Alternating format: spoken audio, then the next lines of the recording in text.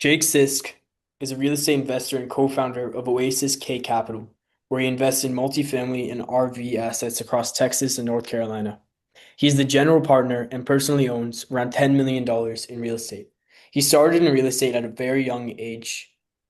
Outside of real estate, he's competed as a Division I athlete, interviewed the US president, contributed to a best-selling kids book, and is currently pursuing the Olympics for men's track and field. Jake Sisk, welcome to the podcast. Thank you. Great to, I feel blessed to be here. Yeah, it's been great to get to know you. And I mean, what was interviewing the U.S. president like? So I was in middle school at the time, and I was a part of a organization. I actually don't tell the story much, so I'm glad you asked. When I was younger, I was involved in an organization called Play 60. It was like the NFL's Play 60. And we would go around and we would spread a message of trying to be healthier and more physically active. And I got a really unique opportunity to be one of their ambassadors. And what they did was they would pay for all different types of trips and they would send me to different events. And it helped me with public speaking and just being confident and composed when I'm on these big platforms and on different stages speaking from a young age. So I've been speaking publicly for over 10 years now. And even though I seem like a young co-founder in the real estate space, I've been very well seasoned to speak. And one of the opportunities that came across our desk when I want to say 14 or so, um, was the opportunity to be invited to the White House for an Easter event and interview. At the time, it was President Barack Obama on his basketball court at the White House, which is pretty cool. There's a couple photos and videos online, and um, this young kid can't even grow facial hair yet, and he's just standing on the blacktop of the basketball court at the White House, interviewing the president and asking him what he thinks about health and wellness. And honestly, I could have asked him anything. It's a cool opportunity, regardless of who's in office, to be able to interview someone at that level Yeah. that leaves that type of impact on the world in any capacity. And I find that to be one of the stepping stones that got me more comfortable, more confident talking to all different types of CEOs and mentors have been very successful. Just in 2025 alone, I had four different opportunities to have meetings with billionaires, and just that alone has just been a very surreal experience, and I feel super blessed to be in that position. And it all started from me speaking to all these NFL players and a president and all these different professional athletes throughout middle school into high school. And what is that like? You're 14 years old, you're in school, everybody's I don't know what school you went to, but everybody's, I'm guessing, like a normal kid, and you're that one kid who's, oh, I interviewed Barack Obama. I'm hanging out with NFL players. What's that like? Yeah, I think that it makes you, first off, it's an amazing experience, and it's you get over the fact that you're hanging out with all these. Of At course. the time, I was playing football, and I was an athlete too, so it's even more surreal when you get to be around these professional athletes. And I think that you get to a point where you almost take it for granted a little bit, like, oh yeah, I've interviewed a few dozen NFL players over the years and ran events with them. And I grew up in New Jersey, so it was a lot of local teams like New York Giants, New York Jets, things like that. Like I've been on stage at the NFL draft, which is kind of cool. I've done a lot of these cool things outside of real estate that set me up to be an entrepreneur. And I think that um, you almost have to kind of compartmentalize. Like when you're here doing these interviews, talking to these people, getting better at public speaking, asking questions, presenting yourself in a particular way, and then you come back into your eighth grade math class. It was kind of surreal to have that interview and then come back and you almost have to say, okay, like we could just be a kid now. Like we Yeah, don't be have that. humble. Yeah, exactly. And I think that was a lot of fun. I remember there was one particular, I've actually never told this story, which is kind of cool. I was speaking at an event. If anyone's a New York Giants fan, that we used to have a cornerback named Prince Amukamara, and at the time he was on his rookie contract, and they were sending him to different public schools to speak. And I had went there, got an excused absence from school, went there. We did an event. We spoke together to different students, and I come back from that event, and then I just have wrestling practice like as usual. And like all of my teammates and all my friends, they just got done with math class, and like we have all these cameras and stuff on us doing media pictures and stuff for the New York Giants, and then there's just me, just this kid in those photos with him, and it's kind of cool. And then, but you also realize that it's like I'm there to do an event, I'm there to perform, in a way, a job as a kid interviewer, and then that's it. And then you go back and you're just a kid again. Just a normal life, yeah. Yep. Yeah. What do you think pulled you? Was it this initial burst of, you know, I want to be in these types of rooms my whole life? Because what do you think pulled you into real estate? Well, I think that real estate kind of found me based on my personality, in a way, because I always have been very entrepreneurial. I always had this feeling that I'm very coachable as an athlete, but I don't particularly want to work for someone. Like I'm not the type of person that wants to be told when I can't go to lunch for the next 40 years by my boss. Um, I like that idea of having that flexibility and having that freedom. Always have. Um, which is why even the jobs I worked in high school, I was always commission based. Like I worked for tips. Like even at 15, 16 years old, I was going up and down the stands at MetLife Stadium where the New York Giants and New York Jets play, like selling hot dogs and pretzels and like working my butt off going up and down the stands, just trying to compete with myself and other employees to make more sales. And it wasn't your normal job or, okay, here's my fixed salary or here's my fixed hourly rate for whatever that may look like. So instead, it was more like, okay, well, there's no ceiling on this. The harder I work, the more money I make, to an extent, which is why I was like, you know what? I would love to be an entrepreneur. And there's also no rule that says, hey, oh, you have to have this college degree, you have to have this undergrad degree, you have to have this master's degree or certifications in place. I don't even have a real estate license to do what I do. I'm not in residential real estate. I'm in commercial real estate where we're working with investors. We're buying apartment complex. We're buying RV parks.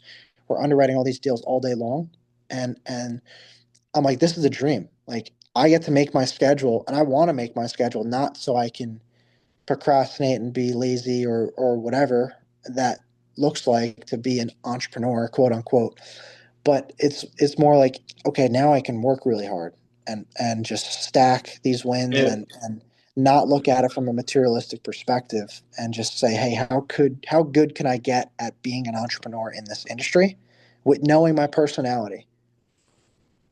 Well, it makes a lot of sense. And it will also pay off. It's not just, show up here 10 hours later, I get the exact same amount if I do this amount of work and that amount of work, versus like that.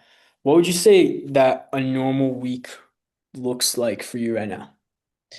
So you mentioned before that I ran Division I track for Liberty University, um, and I still train now, full time, and I'm in a really good position where I have great coaches locally in Lynchburg.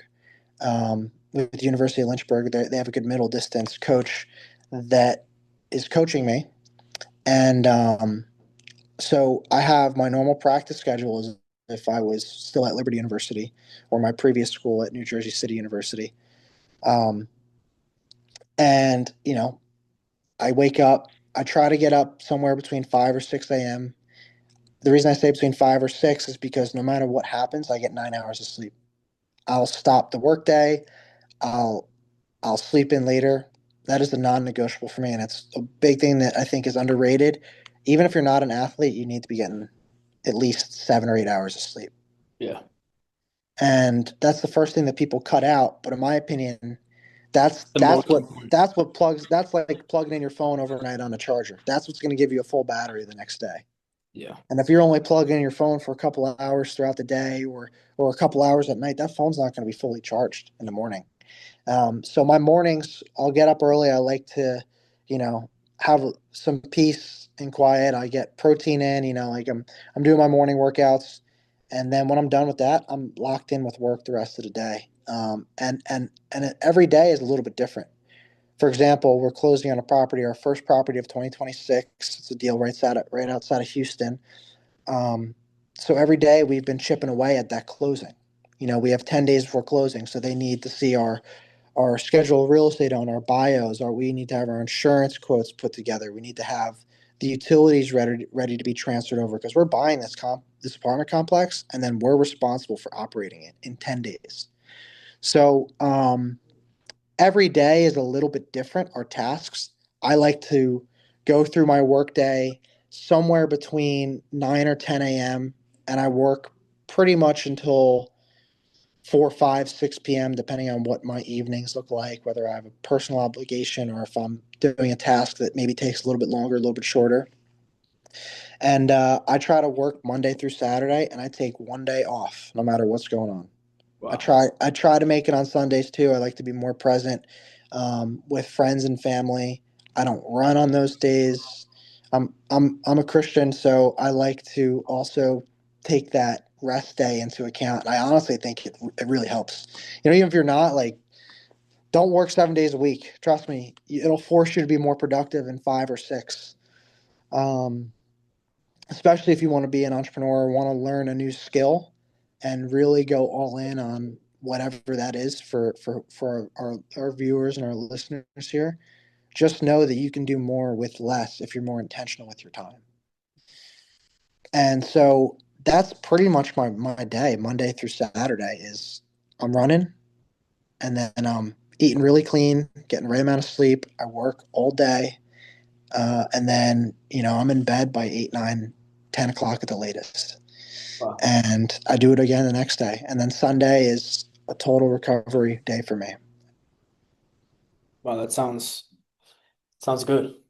Yeah. Good. Yeah. And track and field is a sport where you can only train for so long. Yeah. You're not So going to be doing hours and hours. there's no game film like in football where we're sitting there studying. It's like you could run for 1, 2 hours, maybe 3 in the gym, and then we just buy real estate the rest of the day. Would you say you're a lot different than your teammates in I track think and I field? was. I think I was because, like I mentioned before, there's no rule that says I need to have a degree to start a business. So I think um, because I do this full time, it's almost like this business is like having a child in a way because you have to take care of it, you have to nurture it, you have to make sure it's growing and scaling properly. And so that means there's no time to just hang out and spend hours doing nothing or scrolling on Instagram and Facebook. And it's like, hey, like when we're done with practice, we have to make sure that this is a well-oiled machine. Um, and I think that because I started in the real estate space when I was about 20, maybe 21. Um, I had helped my mom do a fix and flip with a condo in Myrtle Beach, South Carolina. That was my intro to the industry. I wasn't doing commercial real estate at the time, and I was like, okay, there's money to be made here. This was during COVID, when everything was super cheap. In those Carolina markets, debt was cheap, and we are like, okay, bought it all cash, $96,000, and I was like, this we can make money on this, but I didn't feel it was truly scalable. So when we started at 20, 21 years old, I was like, okay, I can't be like the rest of my teammates and hang out and go to these dining halls and stuff. Like I got to get in, enjoy my time with them, and I got to get out.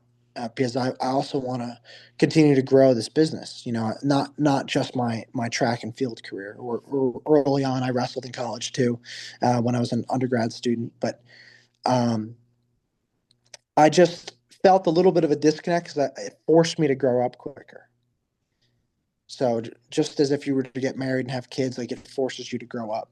Um, Yeah. You have a lot and more responsibilities than the people it, around exactly, and that's not in a negative way. Like I just wasn't in school for the schooling. Like I wasn't there to get a degree. I was there to run and learn a little bit while I was at it. And I learned really early on. I was like, hey, like I'm doing really well in school, but once the business started, I was like, okay, that has to be the priority. And whatever I need to do just to stay eligible is. And it was a very interesting dynamic shift because I was always a good student, but it forced me to become very concise and intentional with my time because you find out very quickly it's limited when you take on a big responsibility like starting a company at 20, 21 years old, 22 years old. So it it's definitely been well worth it though, for sure. you. Yeah, I would definitely 100%. What do you think the biggest lesson that you learned throughout your career? It's a good question. I think from a business perspective, knowing how intentional you need to be with your time is important. And you can go a lot of directions with that answer. And I'll actually break it into two parts for you. The first part is it's so easy the way our digital world is set up today Get to distracted. be exactly. And I find that if we spend if anyone's listening to this too, I want you to check your screen time on your phone, whether you have an iPhone or not. You can check to see how long your screen time is. I'm not particularly worried about the screen time if what you're doing is helping you build, whether it's your relationships, whether it's spiritually or family, friends, whether it's for your business, whether it's for a spouse or girlfriend, boyfriend, whatever it is. Um, But how much are you but wasting? it's where it's being spent, and if you're not a social media editor, you should not have, you know, 2, 3, 4 hours on TikTok, on Instagram, on all these different platforms that can be a useful tool. But in my opinion, the dosage is in the poison with stuff like that. Um, I use social media. I'm a big fan of LinkedIn. If anyone's listening, Jake Sisk, Sisk on my LinkedIn is I'm very active on there. I'm on there every day. But once I post and do my interactions and learn the information I need to about my industry and answer people's questions and stuff, or write an article, I'm off. I'm out. I don't want to be on. I have a work phone specifically for my social medias. I don't do any posts from LinkedIn on my personal phone. My parents have that. My girlfriend's got that, and a couple friends and colleagues. Everything else goes on the business phone, and it's created a way for me to separate and be intentional with my time. And that goes back to the question you asked me. It's like, okay, that's the first piece. Like, you should not be getting more than an hour of dopamine hits. I don't even have TikTok on my personal phone or my work phone. It doesn't need to be on there. Yeah. Even if it's a useful tool, I know that it could be maybe a poor temptation to have. You long day at work, you want to just have that easy access to a dopamine hit. That we're all susceptible to it. I even see like these big celebrity accounts and people I look up to. I'll see them like funny reels and stuff on Instagram, which makes me realize like, hey, like we're all human and we don't have to be so rigid about it. But just know that there's limitations that need to be set so that you're not overextending, which leads into how I also handle business. And when you're um, running a business, you have to be very, very intentional with where your time's going on a daily basis. I love to do podcasts. I love to do help people through our. We have free Thursday class on at 2 p.m. Eastern time that we teach real estate. We bring on guest speakers. My partner Matthew Typke and I we speak on there about different topics and events that we do. Um, and then outside of that, it's like, okay, I'm underwriting numbers for Matt all day long. I'm underwriting numbers for my company all day long. We have a couple analysts that work for us, and outside of that, those three things, it's like, okay, I like to ask myself the question when I'm being intentional with this time. It's like, okay, what is this task leading me closer or farther away from my goals for the day? Doesn't even have to be goals for a career, but it's like, hey, what I'm trying to accomplish today is what I'm doing right now. I try to ask myself that question 3 times a day. Is what I'm doing right now adding value or taking away? Because there's no in between. It's either helping you or it's not. And how do you set the goals for the day? Because some people might like try to do that and then be like, "Oh, my goal is so um you can't put like a finger on it. Like you don't know what the goal is. So how do you do that?" Well, the first part of that is you have to have a goal defined, a clearly defined goal. There's this book that I read that I think is phenomenal. It's called The Law of Success by Napoleon Hill. And one of the chapters talks about your definite chief aim. That's your main goal and what you're working towards. And if that's not very clear and concise, two things are going to happen. You're either going to be unproductive with your time, you're going to be procrastinating with your time, you're going to be doing things that maybe are not essential to achieving those tasks. So, um, and the second piece of that is it's like, well, okay, yeah, I'm procrastinating, but also you're not you're not going to be making progress. You're going to be running through the mud Yeah. if you don't have a definite chief aim and a goal. And so that's the first thing I would say is you have to establish that immediately, and don't work towards nothing. Like you could still be productive, and you don't have to have everything figured out. My ideas adapt and change every day. I'm young enough in the space still where my goal every day is I want to learn something new every day. I want to go into the office, and if I learn something new that I could take back, either personally or business wise, or even spiritually, from reading scripture or whatever that looks like I'm in. And that's a successful day, and that just stacks over time. So you can't make anything without that. So I can't even extend to that question without saying, okay, hey, like this needs to be figured out first so that you know what to do. And then once you have that goal, what I like to do is the night before, I write out three things right before bed. Um, three things that went well for me today, three things that didn't go well for me today, and then I make a list of somewhere between 5 to 10 things that I want to do and accomplish the next day. And it's everything.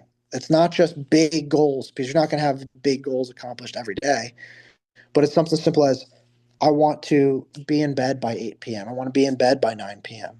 that following day. I want to make sure my laundry is done. Like they don't even have to be business related, but subconsciously you will start checking off those tasks all day long. I want to make sure my workout, I want to make sure I run 7 miles And they all add the up. next day, and they all add up. I want to make 10 calls to real estate brokers because we're looking for our next. After this deal closes on Thursday, we're ready to go on our next deal. It's how our funds work. We set up funds, single asset funds, and they follow a certain deal metric, and it's like, okay, cool, we're done. Next one. What's next? Yeah. Matthew Typke, if we're not doing a deal together, if I'm doing a deal separately from him, my partner, he has two partners with TR3 Capital, and they do a phenomenal job raising money. They do the same thing. They okay, we're on to the next deal. Or Matt and I would be like, okay, we're on to the next deal. We just bought this RV park in Arkansas. What's next? So maybe it's okay. I call 10 brokers to see what our next deal is. Maybe I follow up on 10 leads, and that's another goal. So you add those up and you'll have 5 to 10 things. I'm talking like a lot of little nuggets of things that I do every day. But if you're taking notes here, it's like do that the night before. Humble yourself. Say, hey, these 3 things didn't go great. Hey, but these 3 things did go great, and I have some gratitude and things I can be grateful for. Oh, and by the way, here's what I want to do to plan out my next day. Because if you start your next day with no plans, the No, day will run you. You are the one that runs your day. You're the leader. You're the head of your own household for your own self personally. Don't let someone else dictate what you do. Even if you're working in like I used to have a W-2 job and I do this full time now. Um, but even if you're working in a W-2 job or working in a corporate world and other people dictate your schedules or clients dictate your schedules, you're in charge of you. There's still 10 things that you can do that you say, okay, I want to do this today. I want to make sure I have my meal prep ready to go for the following day. So I'm going to do that during the day. So there's so many avenues that you can explore with that 100%. goal setting the night before. Yeah, I've started doing that actually recently, and my productivity just like exploded. Yep. Wasn't Yep. doing, It's and because there's structure that's put in place. yeah, it's you're like trained that through in school especially, right? You Yep. go to period 4, period 5, and then Yep. you learn that that's how you should act, and then play to the system, not play, try to get against. Yep. What do you think is one thing that you would tell your 18-year-old self?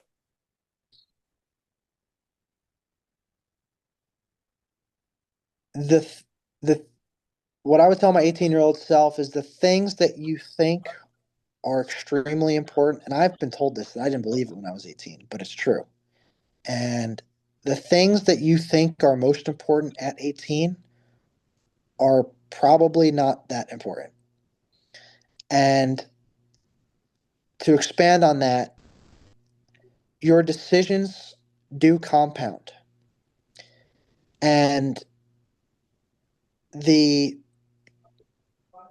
dopamine hit you get from having uh, being silly or spending a lot of money on things you don't need or chasing things that don't ultimately lead you to be more successful and more of a contributor to society or to yourself and to your family and your friends is not valuable. When I was 18, I said I still say yes to a lot, but I said yes to everything thinking that I was going to miss out on something. And I think it's underrated if you're 18 years old and have the ability to say no to not only protect your time but to protect your peace. And the exciting parties and late nights with friends and things that are not conducive to growth, I think after a few times of you going out and staying out too late or being a kid, you'll realize like, hey, No, is this either worth it or not?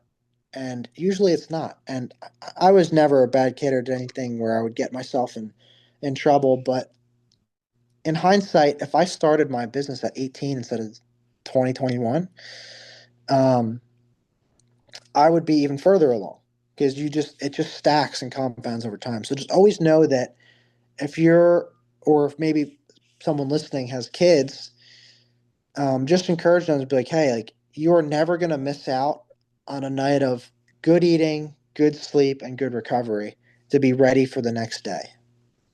And and if you're going into college, like I don't drink, I don't do drugs, I don't do any of this stuff. There's no one in my company. We don't allow anyone to we don't have any drugs allowed, no porn allowed. If you're watching porn, like, and I hate to be graphic on our podcast here, but I don't want you working for me. Like, we want everybody who's disciplined, distractions, like it doesn't exist in our office. We don't want that in our office. We don't want that on our teams in any capacity. There's no need for it. and that's probably why you guys win, right? Because other teams Of have goals. course. You guys treat it like a team. Like you're Of not just course. like, oh, we're coming here if you do the good. Like, Yep. yeah, And it's nothing personal, but it's like we also know. Like there's And I'm a young enough guy where I can still relate to a lot of my Kids. my Yeah. college teammates and kids. Like I was a grad student where I was in my fifth year on my team.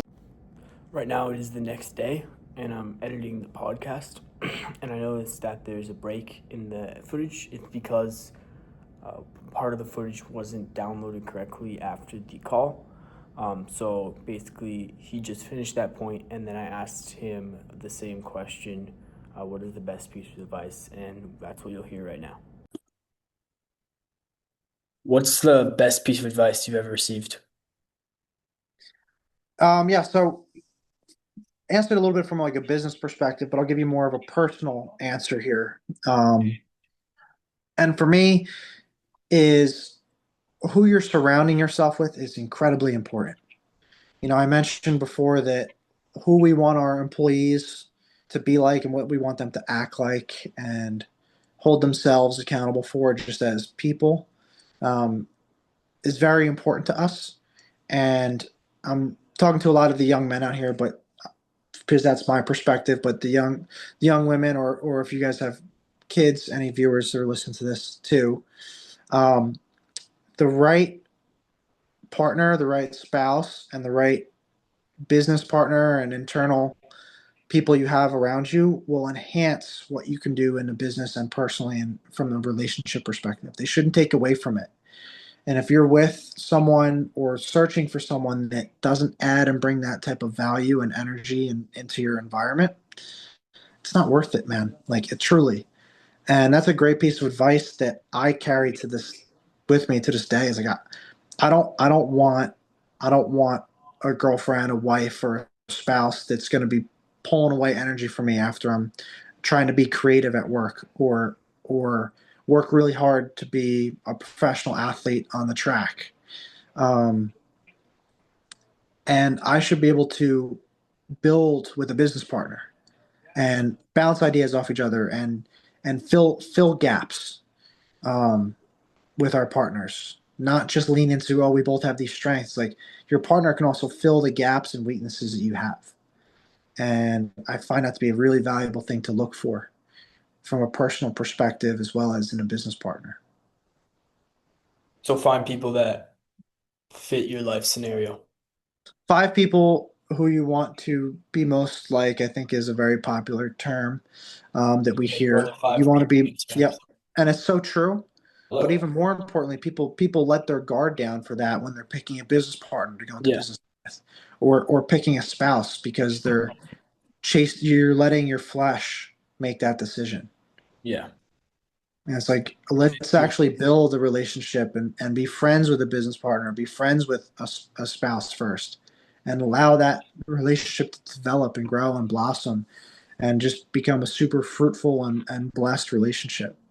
Yeah, and it would also make it so much more powerful, right? The exponential growth that you'll Yep. have if you're working with a 100. business partner that you like versus you don't. That is crazy. I mean, it's like going to a job you hate versus going to a job you don't and expecting to perform the same. Yep. Exactly. Thank you so much for coming on. It was great to talk to you, and I'll leave. Where can people find you? Yes, people can find me. I'm on my LinkedIn almost every day. You can even message me on there. Follow me. If you can't message me, throw a comment on one of my posts and say, "Hey, I'm trying to connect with you." I get a lot of connections. Just say where you found me, and I'll find a way to connect us and answer my DMs on LinkedIn pretty much every day. It's honestly the best way to reach me. It's Jake Sisk, Sisk. I do have a personal athletics page on my Instagram. It's just Jake 800 meters, but the best and most active I am is on LinkedIn for sure. We're going to be doing this for the next 40, 50, 60 years in the commercial real estate world. Our goal is to be, Matt and I, is to be like, we say we want to be like Charlie Munger and Warren Buffett on stage when we're like 90 years old, just doing events and giving advice. So that's our goal. We're going to be doing this for a long time. Matt's very good at what he does. I'm getting very good at what I do. If not, I think already getting to be one of the best multifamily investors in Austin, Texas, for sure. And we want to continue to expand on that. So, All right. Thank you so much for coming on. yeah, See you thanks for later. having me, Duff. Of course. Take care.